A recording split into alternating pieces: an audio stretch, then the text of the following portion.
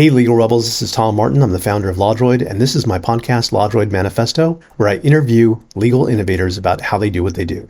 In this episode, I interview Ransom Wydner, VP of Partnerships at 650, whose affable nature and innovative spirit have made him a bridge builder between HR technology and access to justice, helping people navigate life's legal challenges while creating work that lasts beyond any single moment.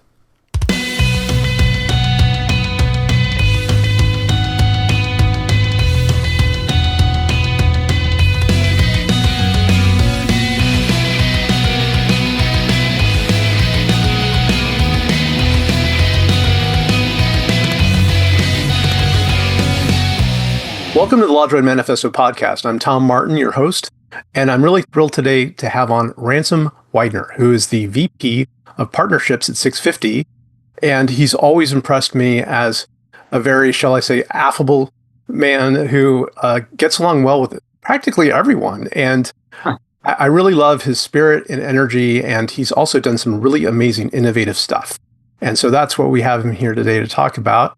How you doing, Ransom? Doing really great, Tom. Thanks so much. It's such a pleasure to be on the podcast. I'm a fan of LawDroid. I'm a fan of the Manifesto. It's great to be here. Thanks again. Well, I appreciate it. And it's my pleasure to have you on. I want to ask you about all kinds of stuff and get into your origin story a little bit, talk about 650 and everything in between. But to start with, where are you at right now? What are you up to? Salt Lake City, beautiful Salt Lake City, Utah. Yeah, I've lived here for about 20 years now. So sitting in my partner's office. My office is always a mess. I've usually got my Zoom background on for that reason. But her office is cool. There's guitars hanging behind me. So still had the blur, to give it a little bit of mystery. But this is a great place. One of my favorite places to be in the world is this room in this city in the great state of Utah. Very nice. And we're on the precipice of the fall, but we still have a little bit of summer left. So that's nice. Yeah, absolutely. And I'm happy. I'm looking forward to the fall. Fall in Utah is gorgeous. It gets hot here. September in Utah, it's tough to beat. If you've never been, come visit, check out some of our national parks in a September, October time. You'll be blown away. It's a great place to be. I want to ask you a little bit about, stuff that's in the air right now, kind of talk about some highlights that we'll get to like later in the conversation. So what are like a couple of things that stand out, possibly like from the perspective of your work at 650, you think are really going to change things? Really good question. I think 650, like everybody, we're navigating, what AI means for us. I think, that's something I love following you and your work in AI. I feel like you're always right there on the cutting edge. I think what's been really interesting for me lately has been comparing and contrasting the commercial world, so 650, we work in the HR tech, kind of world, where AI is huge. And then also the access to justice world, so I co-chaired the Emerging Leaders Council at LSC. For a long time, I was running kind of the project manager for 650's pro bono and access to justice tools. And it's been very interesting to see the way that AI has affected both industries, both areas. I think something that I found particularly interesting is the hard part of AI in the commercial world is AI just the stuff that anybody can get, for free or maybe $20 a month gets better and better and better, faster and faster and faster, which is amazing if you work in access to justice and you're trying to find ways to make something affordable to people who do not have the funds to pay for legal help. That's an incredible trend to see. It's a great trend to see in the commercial world as well, except that you'll see companies go all in, put all their eggs into the basket of this cool new AI tool that they're building, and it will leverage, one of these large language model, capabilities. And then by the time they go to market, the thing that made it unique is now just a thing that anybody can do. So it's been really interesting to watch how important and how valuable having a unique data set or having some kind of thing that only you can do or that you do particularly well, some kind of a competitive edge. That's always been the case, but it seems like it's more true now than it was a year ago.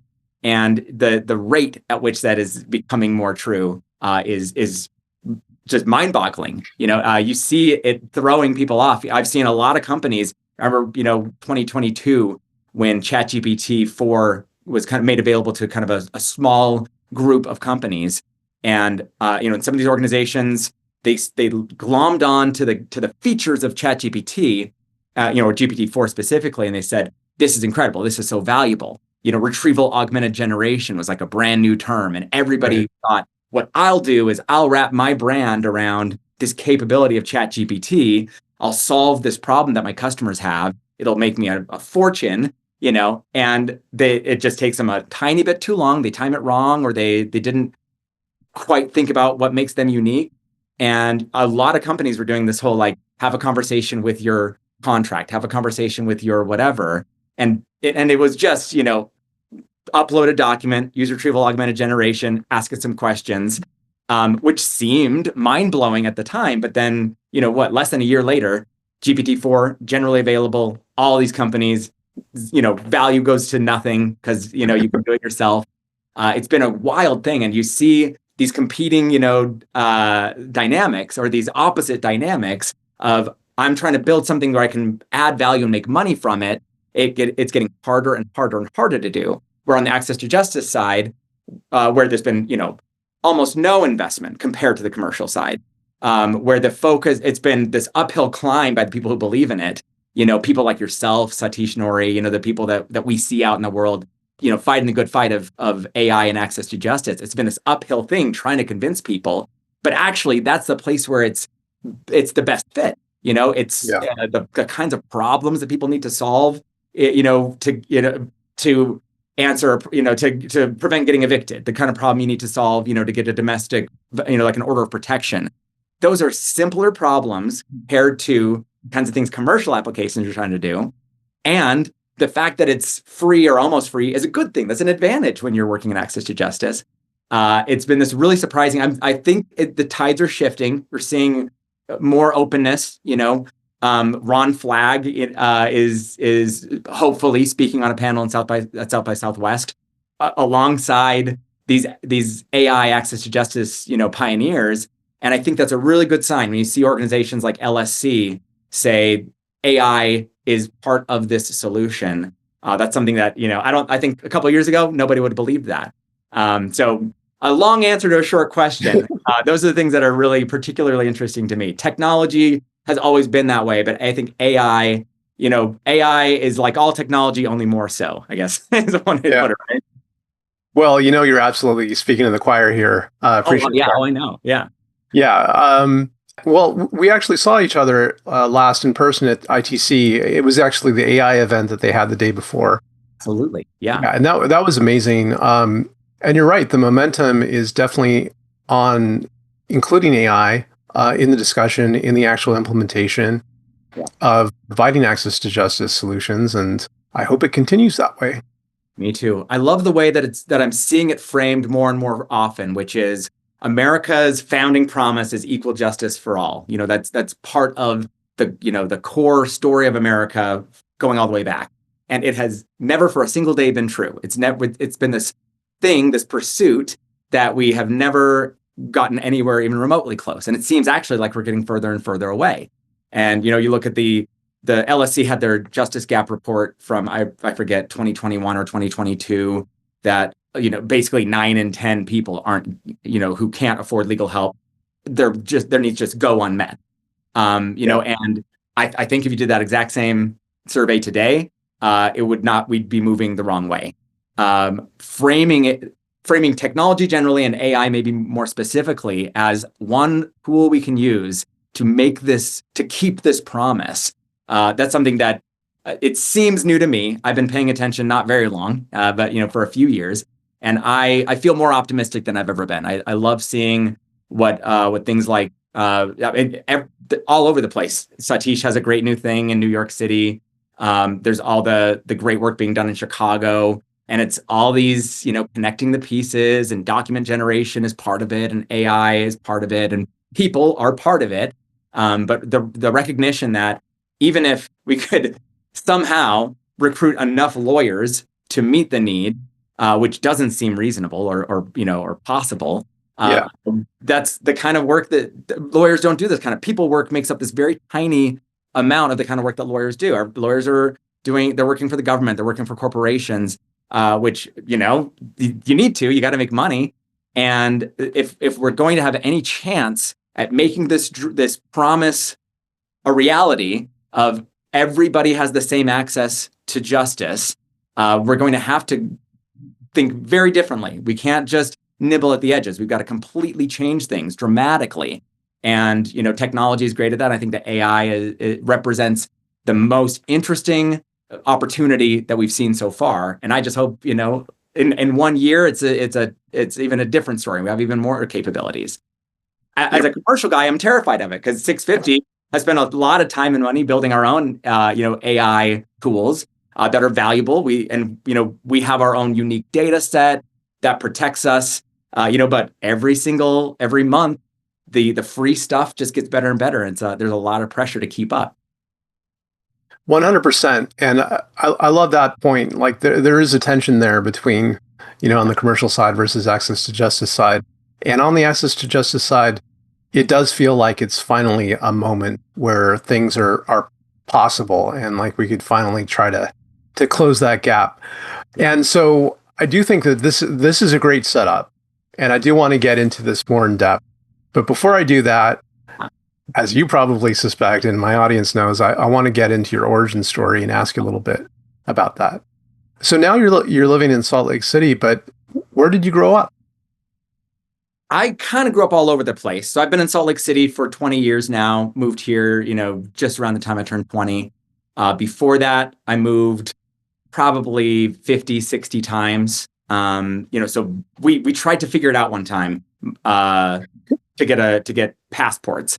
So my younger brother and I, no birth certificates, no social security. Oh, that's right, because you have to list all the different places that you've. Yes, yeah. So for us at least, I don't think that's a normal thing, but because neither of us had birth certificates or social security numbers, which I can touch on, the State Department required us to list every address we'd ever had, which probably isn't a crazy thing for a normal person, but for us it was okay, we lived in this family's basement for a while, and then we lived in the basement of this nudist lady who celebrated Christmas every year. What was her, or every day rather, Christmas every day. What was her address? Well, it was somewhere in Portland, I think. And there's a lot of me and my siblings kind of keep track of time by thinking of the movies we were watching, okay, that was the year that Homeward Bound came out. So that would have been 1993, I think. It was a very tricky thing. So we lived all over the place, mostly kind of Arizona and Utah. We lived in Mexico for a while when I was a kid. All going back to my mom to some extent, but mostly my dad. Kind of paranoid people, certainly at least in the 80s and 90s, anti-government people. My dad specifically, my mom, just being a supportive wife. And so myself and my younger siblings, we were all born at home, or I should say at home. I was born at the neighbor's house because our house at the time was like no water, no electricity kind of thing. The births were not reported to the state, so no birth certificate. Oh, that's why not the birth certificate. Got it. We were homeschooled, we didn't go to the doctor. So there were really no records of us. And, so here I am I think at 17 is when I endeavored to get a birth certificate and a social security number so I could get a driver's license. And then maybe 10 years later, the band that I was in, we'd won this contest, and if we won the next round, we were going to get to play this festival in Barcelona. And everybody was excited, and I was, really stressed out because I didn't have a passport, and I did not think that there was any way I could get a passport. And that's actually kind of why that was my first taste of the difference between people, the different way that people access justice or access the public, resources that should be available equally to everybody. Was I was trying to get my passport. My mom was helping me out. We spent, a long time, months and months and months, trying to figure it out. I had asked, the State Department had said, can you get this? Can you get this? Can you tell us, do you have any records? Did you go to the dentist? Did you go to a doctor one time? And then finally they just said, there's nothing we can do. Like, you cannot get a passport. And that was, Wow. sad for me for that particular, opportunity. We lost that contest. It didn't end up mattering anyway. But also, I thought, like, am I never going to be able to leave the United States in my whole life? So I had a friend through like bands who worked for a member of Congress. And so he said, your representative, you're representative of the House. That's something that they can do. That's part of their job, is they can advocate for you to the federal government. And so he put me in touch with my member of Congress, my representative. Their staff got in touch with me right away. I think in like 3 days it was done. And then they mailed me my passport, and I was thrilled. It was amazing, except that I thought, what is it? Why is that the case? Why were you, as the staffers of a member of Congress, why did you have such a different, the facts of my life did not change. I still didn't have all these records that I was supposed to have. The State Department, I'd ask them, is there any exception? Can you do anything? And they'd say, no, we've run out of exceptions for you. We've tried everything. You cannot get a passport. And yet, here are these people with the right power, the right knowledge, the right access, and it was no problem for them. That was kind of my very first taste of the difference, this is like, 13, 14 years ago, of, okay, I am not the same as, just some staffer for a member of Congress. I understand that, but why is it so very different? And that same question has come up, as you can imagine, I'm sure, about 1 billion times since then, especially working in access to justice. Why is it so hard for a regular person to get to get something from their government versus somebody who has the right connections? The only reason I was able to get my passport is because I happened to know a guy who knew a guy, and if I didn't, then I would never be, I would still just be a guy who's never lived in the country. I've been able to go on, on trips. I went to Barcelona, not as a musician, just, for fun as a tourist. And it was wonderful and I loved it. And I'm so glad I had that opportunity. And it's sad for me to think about, what would have been, if I hadn't known the right people, I just wouldn't have been able to access it. That's not fair.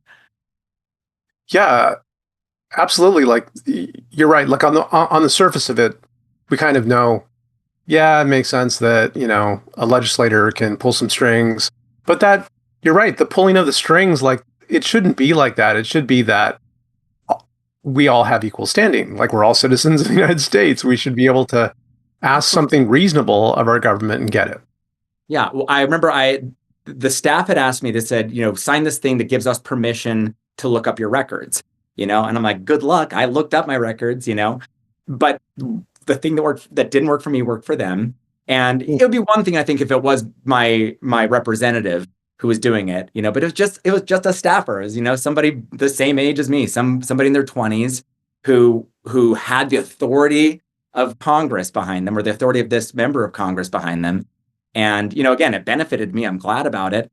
But it was interesting to think I thought I had exhausted my options. You had told me, State Department, that I had exhausted my options. And yet the right person asks, and all of a sudden there's new options. Yeah. Well, I could see how, like, that very personal, like, first-hand experience of that yourself, like, made you think, why is this different? Definitely. And then eventually, like, get involved in this. When I say this, I mean, like, the whole idea of access to justice and making things fair for people. One thing I was fascinated by when I was researching your background is that, kind of in keeping with the band, like, you're a vocalist and you've been doing it for, what, a decade now, if not definitely. More. Yeah, about 20 years. I've been, okay. I think I joined my first band in high school, but we were not very good. We were called Us Five. There were 4 of us, but a guy quit. We just didn't change our name. We played mostly like Creed covers, so we weren't an excellent band. I started my first like originals band, where we thought we'd go somewhere when I was, I think, 19, and there was a solid decade. I spent my 20s giving it everything. I really thought that was going to be my thing. I was in something like 4 bands at the same time.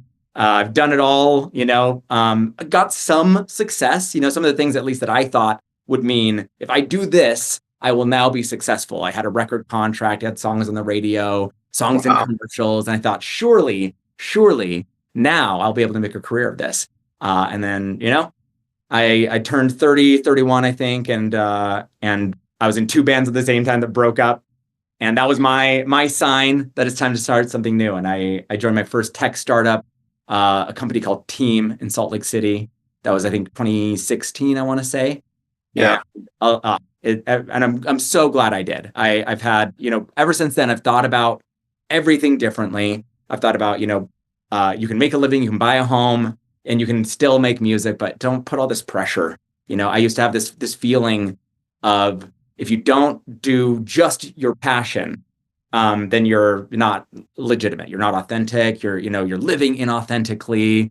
And I put all that pressure on myself too. And I think a lot of artists do the same. Artists or aspiring artists do the same kind of thing, where there's this feeling of, if I don't make a living from this, if I don't prioritize this above everything else, then I'm not trying hard enough, and I'm not being authentic. I'm not being true to myself. And once I stopped thinking about it that way, I've had so much more fun making music. I've made, I think I've made more money as a musician since I stopped trying to make money from music as well. And, and I've been able to have a career that I find meaning in, something where, I've made amazing friendships and connections, had all kinds of great opportunities, and I have no regrets at all.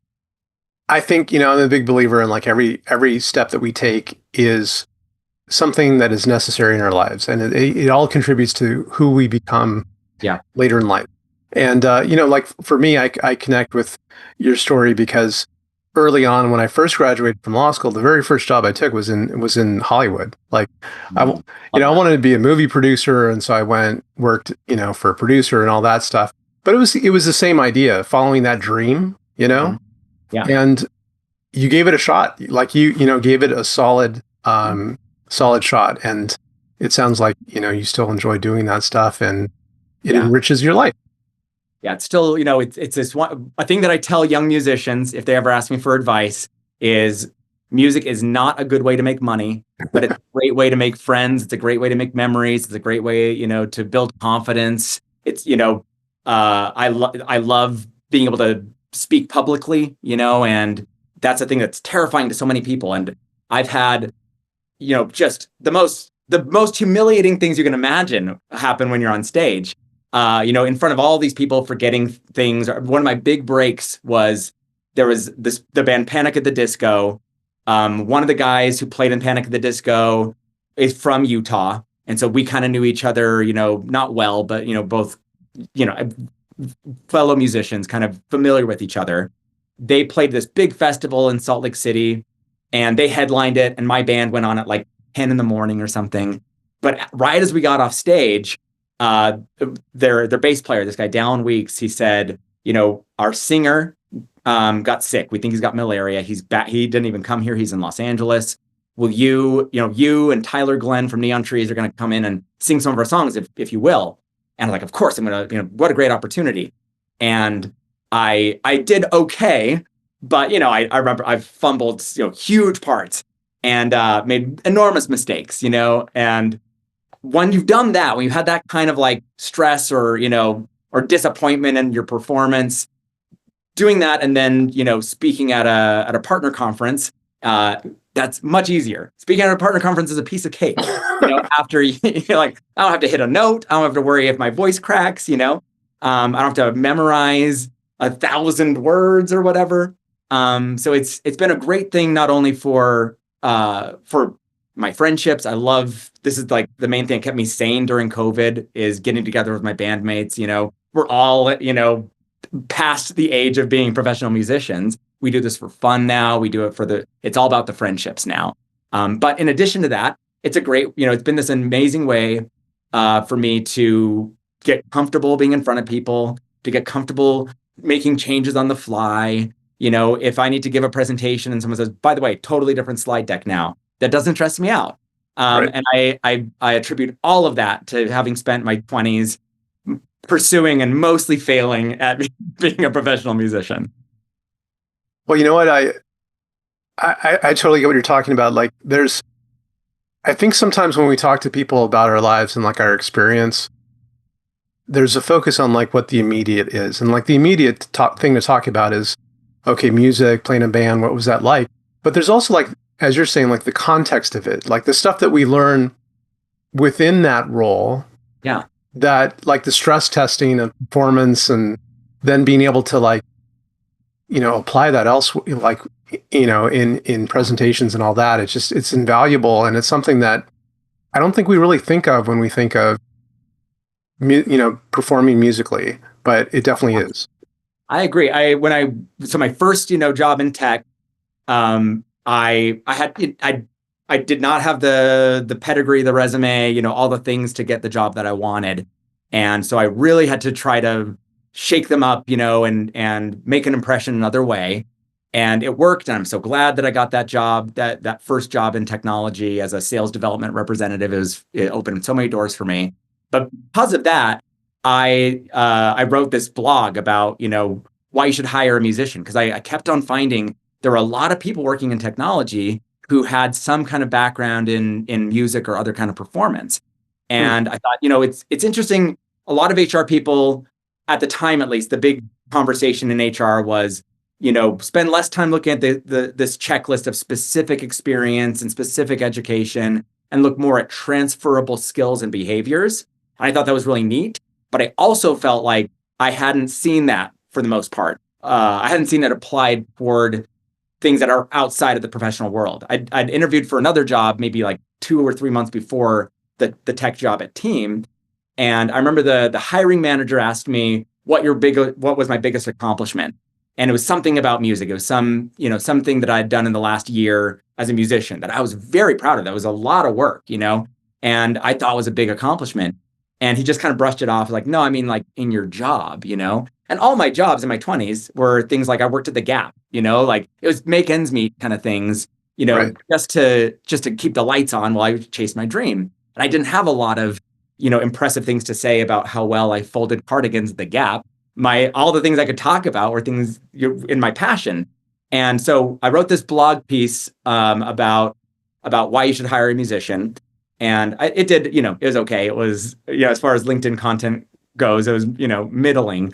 But it opened my eyes to all of these, to how big a thing that is. People that I knew in my immediate, circle, but also they would introduce me to somebody and they say, oh, you should talk to this guy. I would talk to people who were hiring managers at big tech companies who said, I specifically try to find people who have some kind of music experience because there's actually, it's a great way to be confident. It's a great way, to not have stage fright. It's a great way to learn how to improvise. There's all these skills that a musician has.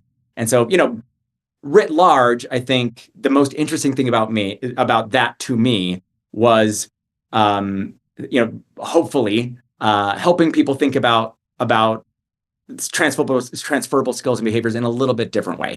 Thinking, broadening it out. Think of maybe the person that you wouldn't have thought of hiring, or the skills. If this is the skill you're trying to hire for, maybe think outside the box a tiny bit more, even, and you might be surprised at the kind of people you'll find. Yeah, and it's interesting. Like this even, eventually ties back into HR and 650. Always, it all comes back to HR technology. Yeah, it's all connected. But one thing I'm curious about is like what you're describing. Like that explains they're coming to be interested in you and your transferable skills. But I'm also interested in learning the opposite, because what drew you to tech? Like, I mean, you're a musician. Working as a musician, that background, I think your major was in history.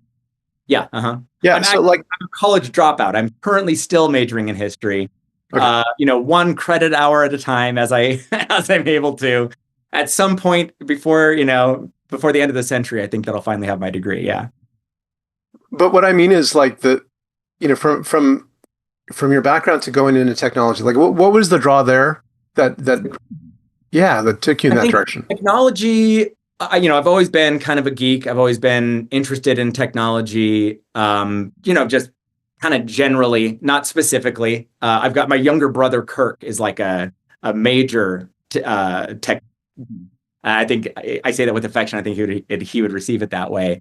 When I was a kid, he would like take apart the vacuum cleaner and then put it back together, take apart a telephone and put it back together. Yep. And it was just, so as I kind of had him around me, influencing me, he was into computers before I was, video games before I was. And so there's a thing that I was aware of. I knew that technology could be fun and solve problems, as a kid. As an adult, some of the jobs that I would take, I think I was good at fixing stuff or figuring out a problem. And so the jobs that I would do to make ends meet would be like technical support kind of things. So I did a lot of different kinds of technical support jobs. And, and I thought, okay, this is a thing that I'm good at. Maybe I can kind of take this and build on it and turn it into a job. Now that being a musician is for sure 100% never going to make me enough money to survive. And so I started looking around at technology companies, and I was drawn to startups. I think I was drawn to startups more than to technology. It just so happens that most startups are technology companies. And I think what I liked about startups was that I could go there and just do good work and work hard, and they would put me where I needed to be. So many other places where I worked, it was like, here is your job, this is your role, you're this specific cog in a machine, and you can get promoted to a level 2 cog and a level 3 cog, and you can be, but you're kind of limited, even if you're trying very hard and working really hard and excelling.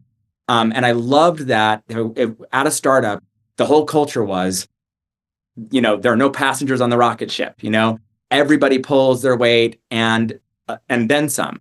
Put on your hat, and then if you can find another hat, you put that one on too. And that was something that really appealed to me and really drew me in. I started at this company Team as a sales development representative. I left that company, a few years later as the key accounts manager, managing, all of their biggest customers. And I don't think that kind of opportunity exists anywhere else, in any kind of industry, other than maybe being an entrepreneur, where you can just work hard, do a good job, get results, and be rewarded quickly. And that that's been the case at 650. I was hired at 650 as a customer success manager.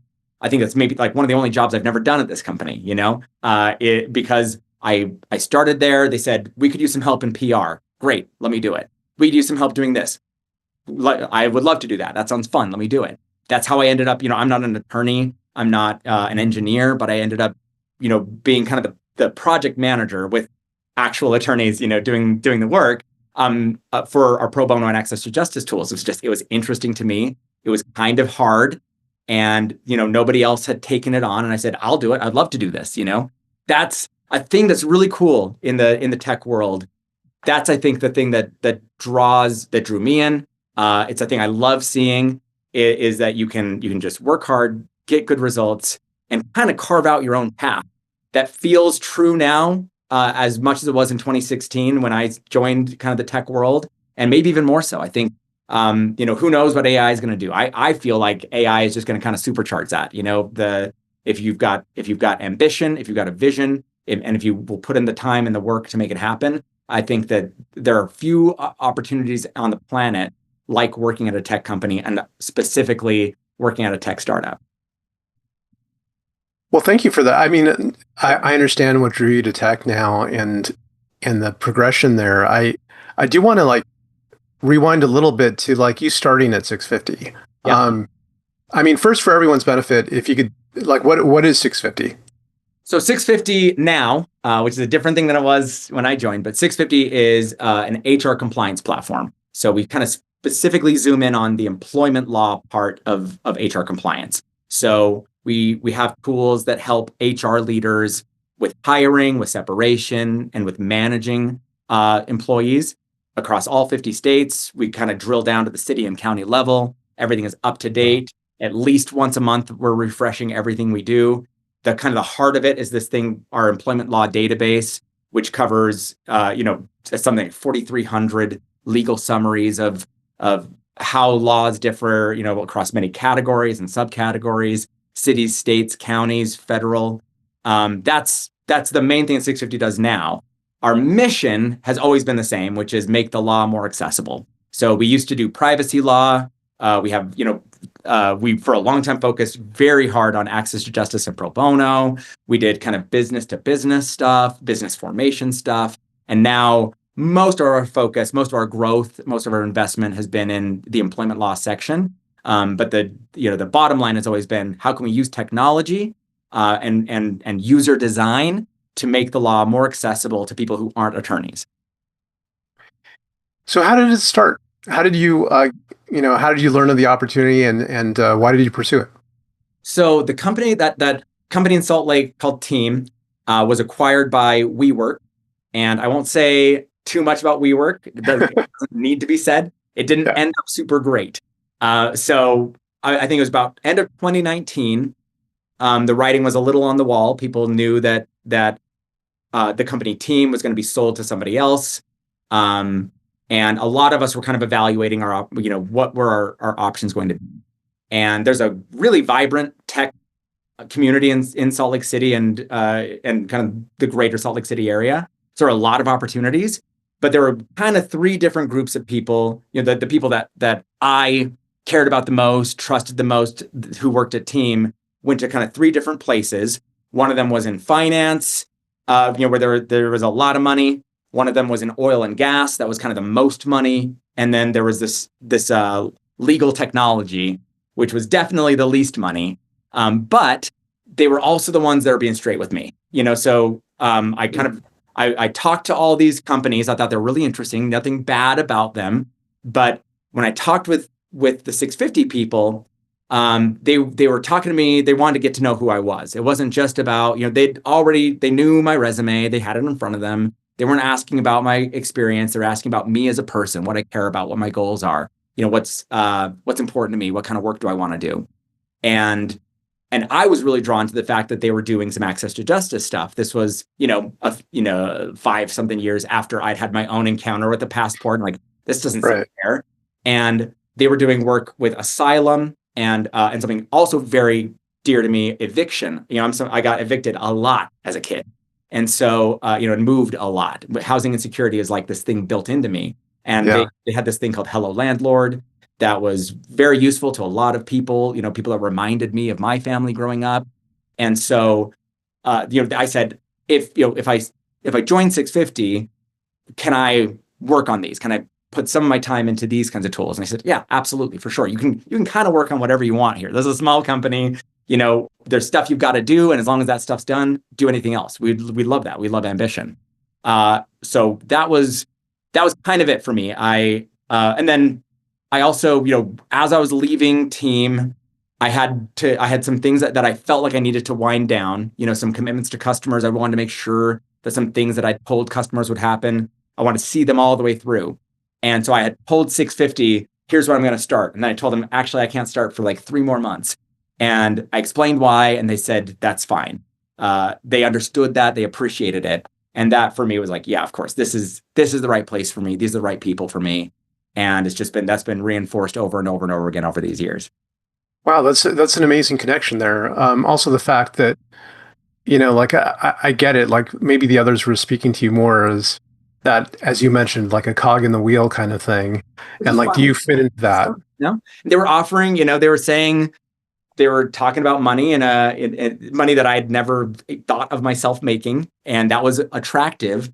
But I also, I didn't connect with the mission of either of these organizations. And the 650 mission was just so interesting and so compelling to me. The idea that the law is a thing that kind of should be everybody's. The way that I talk about it is the law is literally public property. The law belongs to people the same way as parks and libraries belong to people, but it doesn't feel that way at all. It feels like this thing that, if you're rich, you're well connected, you're a staffer for a member of Congress, it is a very different thing than if you are a regular person, and a even more different thing if you are, barely holding on. If you're somebody that's had some hard times, you don't have money, it can get bad quick. I'm sure a lot of people can relate to. I remember getting a ticket one time to fix something on my car, and then I didn't. And I got pulled over again. I lost my license, but I couldn't get to my job without my car, and so I just risked it. And then I got in trouble. I got in so much trouble. And this tiny little thing, because spending $100 to fix something on my car when I was a teenager was just, that was impossible. I could not do it. And it ballooned into this thing that took over my life, And that is the everyday experience for so many Americans that try to interact. For them, the legal system, the law, is this intimidating thing that's a problem for them. It's not a resource for them. It's not a thing that they can leverage and feel empowered by. And so the idea of, even though back then it was the thing we were selling was like California Consumer Privacy Act compliance. Not a super, there's not a whole lot of... Not super sexy. Yeah, it's not the average, low income person isn't, trying to figure out privacy compliance. But the fact they were also doing the Hello Landlord and the asylum work, to me, that meant, okay, so this is something I can actually make a difference here. That was something not to speak ill of WeWork, but that was a thing that appealed to me about WeWork. They had this, the way they talked was, we're trying to change the world. We're trying to make this a better place through subleasing co-working spaces. I don't know exactly the connection, but I believed it. I remember going to when they bought our company, they flew people in from all over the world. They bought up like every hotel in Los Angeles. They reserved all of Universal Studios. It was this huge thing. And they were talking about how we're making the world better, how we're helping people, we're making a difference. And I thought, this is it. This is like, I can be a tiny part of change, of something meaningful. And I didn't feel like that actually ever happened. And I kind of felt like maybe that wasn't the goal ever. And so when I joined 650, that was a thing on my mind. I want to do a job that's meaningful. It doesn't have to change the world, but I want it to mean something. I want it to make a difference. And that has been, the great joy of working at 650 isn't just that I think it's a great business that's built cool tools that are unique in the market and that's fun and, and validating, but we've also been able to help people who have not been able to access justice, somebody who has a problem that they don't know how to solve. And, when you're a poor person, as I know very well, everything is harder. You don't have enough time. You don't have the same hours in your day as everybody else, because you got to take the bus to work or whatever. It's so hard to solve these little problems, and being able to do that's meant the world to me. Well, you definitely sound like a man on a mission. Oh, thank you. And it's a great thing to be able to do things that make a true difference in people's lives. Yeah, and I know that's that's something I love about LawDroid. I see all these, the way you work with legal aid organizations, the way that they'll be able to build this tool, and I think, who made this cool tool? And it's more often than not, it's LawDroid. So well, I appreciate that, Ransom. That, yeah, but let's talk about you. I'm curious, like, so there's a lot of positive things in the air, and I know that you're a very positive guy, and that's one of the things I like about you. But I'm also curious, like, there's a lot of, with the technology, with some of the like disconnect between like what it actually does and what people think it could do, what lawyers think it could do. There's uncertainty, and there's certainly on the other hand, impacts that it's having on our lives in terms of, job insecurity, where people feel like, well, if they could do something with AI, then I don't have a job. Mm-hmm. What are your thoughts? I'm just curious as to what your thoughts are about the parts that might concern us about where we're heading. I think it was Carl Sagan said something about, the risk, and this is back in the 70s, even more so now, we rely more and more on technology that we understand less and less. And I think that is concerning to me. I don't have answers around it, but ultimately for me, what it comes down to is there is no stopping technology. There is no, you can, if there's a hole in a dam, you can put your finger in it for so long, and then it will always win. The dam wins, progress wins. And technology, innovation, those are unstoppable forces. What we need to do is figure out how do we benefit the most from it, and how do we take the most advantage of it and control as much as we can any kind of downsides. It's a perfectly valid when someone says, I'm worried about AI taking a bunch of jobs. I know people whose jobs have been taken over by AI, and it's not the kind of thing that we were thinking 10 years ago. Everybody thought it's going to be warehouses and driving and that kind of thing. And there was almost this feeling of, that's okay. It's okay if it takes those jobs, as Right. long as the cool creative stuff, graphic design and writing and being a lawyer, those things, only humans can do that. And I think maybe some of the reason why there's been such a reaction is it's not the plan. It's not what everybody thought would happen. AI is coming for much more valuable or higher paying kinds of jobs, the jobs that we thought humans could only do. AI is coming after artists and writers. I don't know if I have the answer. The way that I feel about it, though, is that we just have to do the best we can, help people, give them the resources that they can to try to reskill, and I'm somebody who believes that there's some of these problems are not market problems. Some of these are policy problems. Some of these are things that need, at a societal and cultural level, we need to address and we need to find solutions for. But me as a person in the marketplace, what I tell people is learn it, figure it out, because you're not going to stop it. Find out how you can benefit from it the most. Try to reduce your risk as much as you possibly can, whether you're an individual or an organization. And then, obviously, from my perspective, at least, the long-term solutions are going to be cultural, societal kinds of things. Us deciding as a society that, we need more interventions. We need more safety nets or different safety nets.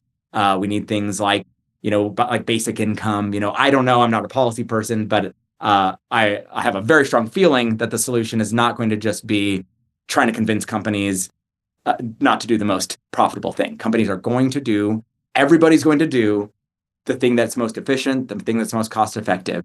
And right now that looks like more and more and more automation. On the individual scale, I think what that looks like is learn how to use these tools. The best time to do it was 3 years ago. The second best time is right now. And at the larger scale, above my pay grade, but hopefully people smarter than me are thinking about it. Well, I think it's great advice. It's very important to understand what's going on, to experiment with it, to get your hands around it, and take advantage of it. So yeah. I'm 100% with you. When I go to these conferences, whenever I have an opportunity to talk about it, I think the main thing I tell people is use these tools and try to build something yourself. I loved that about the ITC AI conference.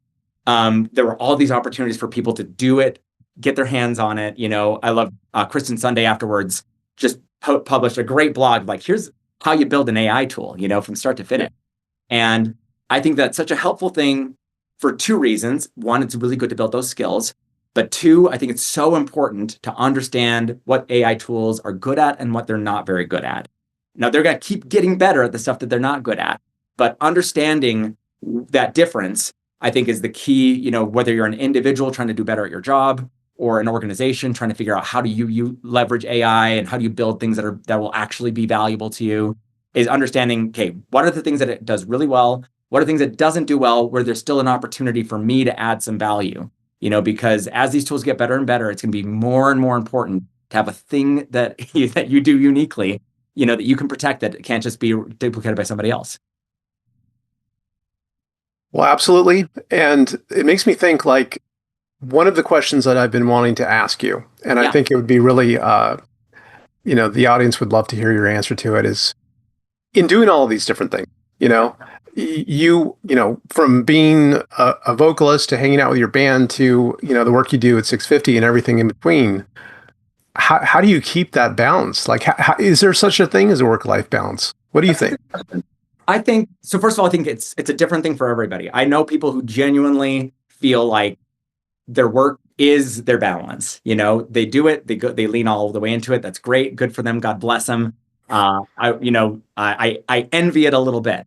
I'm one of those people whose work benefits also from unplugging and, for as much as possible. So I try to practice mindfulness, just little 2 minutes a day of trying not to think of anything, which is really hard when your mind's going a billion miles an hour. I'm sure you can relate to that.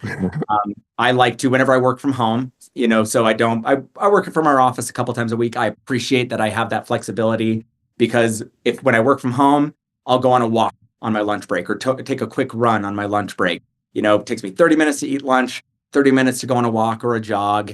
And that helps me just, I don't know, there's something about having a problem that's bigger than the problem. If I'm exercising, I'm sweating, it's hot outside, I'm thinking of that and not thinking about the email that I need to reply to. And just being able to stop thinking about something for a moment, in my experience, is game changing. I'm also a big believer, in taking a vacation and using your time. Right now my team is small. It's me and one direct report. For a while, I ran all the marketing at 650. I had a pretty big team reporting to me, and one of my things was, when you take time off, take it off. And it's so important. Maybe one thing I'd say to people managers, or something that I did myself, was, when you have time off, find somebody who will actually cover for you as much as possible, so that you're not just, coming back to a giant pile of work that's got to be done, or you're overworking ahead of time to get your pile down. It's so important, I think, to be able to truly disconnect and take whatever it is. For some people, it's 3 days and you feel like you're back to normal. For some people, it takes weeks. I'm somebody who, if I can get out of town for 3 or 4 days a couple times a year, that's going to make a big difference to me. You hear that, everyone? Ransom says, take time off, you take time off. Use it. Yeah. Nobody's impressed that you haven't taken a day off in a year. Well, and that's a perfect segue for the last question I have for you, which has to do with, when you're doing all this stuff, what makes it worthwhile at the end of the day for you? Like, what really hits home for you? For me, there's nothing quite like the feeling of getting something difficult done. That the best feeling in the world, whether it's a show that I've been stressed about and I hope that we do well and we haven't practiced enough, and then it's done.